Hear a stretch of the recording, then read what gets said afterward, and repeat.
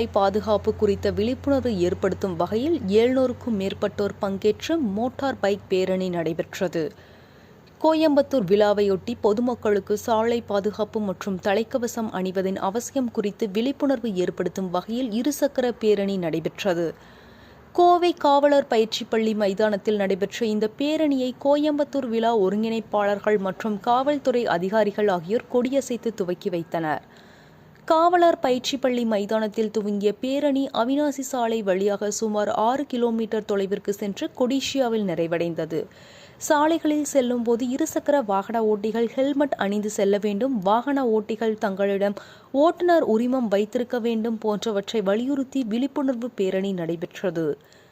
இதில் 700க்கும் மேற்பட்ட பொதுமக்கள் இருசக்கர வாகனத்தில் தலைக்கவசம் அணிந்து பங்கேற்று விழிப்புணர்வு ஏற்படுத்தினர். அற்புதமான துவக்கம்.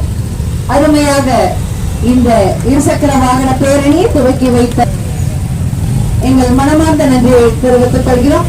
ரைடர் ஸ்பீடா போகக்கூடாதுங்க, முறுக்கக்கூடாது. ஒருத்தருக்கு முறுக்கிறாரு, முறுக்கக்கூடாதுங்க.